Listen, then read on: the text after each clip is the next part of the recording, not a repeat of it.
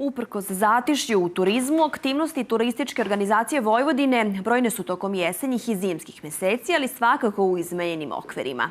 Savremeni uslovi poslovanja omogućili su primjenu strategije digitalnih tehnologija i koliko toliko normalno funkcionisanje turističkih subjekata.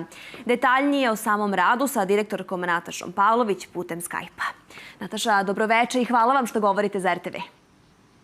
Dobroveče, pozdravljam sve vas i vaše gledalce. Hajde da krenemo redom zapravo od meseci, one koji su već za nama, tokom letnjih meseci zapravo započeli ste kampanju Odmor na vojvođanski način. Šta je to bilo što možemo kažemo najzanimljivije u pokrajini? Tako je, u godini za nama doživjeli smo mnoge promjene u turizmu i verujem da smo mnogo toga i naučili. Ono što smo se uverili je svakako da pored tradicionalne promocije Vojvodine na stranim tržištima koja nam je do ove godine bila moguća i do promocije u regionu, veoma je bitna promocija na domaćem tržištu i zapravo se sada pokazalo ovaj naš dugogodišnji rad koji smo pripremali u okviru promotivnih tura. I obzirom da smo ovog leta imali neverovatan porast dolazaka domaćih gostiju od čak 26%, kao i porast noćenja istih. Mi smo kampanju Odmor na vojvođanski način započeli početkom leta i vredno smo radili tokom celog leta, ali ne samo i leta, nastavili smo to i u toku jeseni. I u okviru ove kampanje obilazili smo mnoge popularne, ali i one manje popularne, odnosno poznate destinacije po Vojvodini i o tome izveštavali na našim društvenim mrežama i preko našeg web sajta. Kolegi iz turističkih organizacija lokalnih su nam otkrivali prave bisere turističke iz njihovog kraja. Ja bih samo izdvojila neke za koje možda nisu gledalci ispratili u okviru naših prezentacija na društvenim mrežama ili u okviru našeg sajta.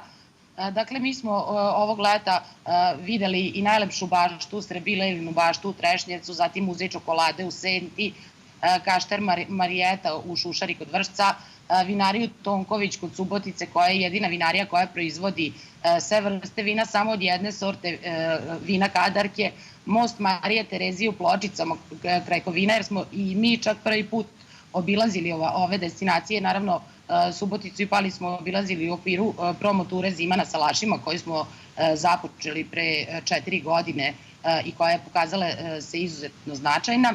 Ali ono što svakako moram da kažem da je apsolutni hit i ovog leta i u toku jeseni su izuzetno bile posećene banje.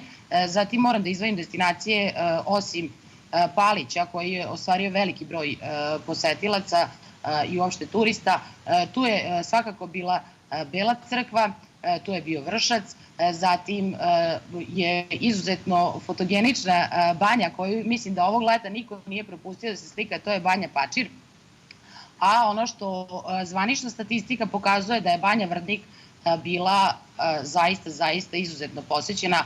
Dakle, statistički podaci i u toku letnjih i jesenjih meseci pokazuju da je svakog meseca bio porast preko 40% kada su u pitanju dolasci, a turista, ukupan broj dolazaka turista, a kada su u pitanju noćenja, on je još veći. Kada pričamo o Banji Vrdnik, svakako i Banja Junaković u Apatinu je zabeležila izuzetan porast, ali ono što moram svakako da naglasim jeste da je u ovih prvih 10 meseci u ovoj godini koja je iza nas je ukupan broj dolazaka u Vojvodinu bio oko 233.780 turista, što je pad u odnosu na prethodnu godinu za 50,8%. Kada pogledamo svetske turističke destinacije, kada uopšte pogledamo i neke destinacije u Srbiji, ovo zaista nije toliko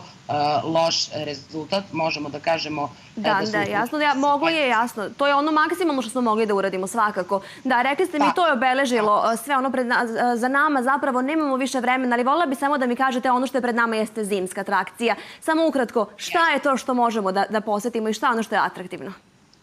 Gastronomija i stil života salaša su oduvek privlačili turiste. Zimi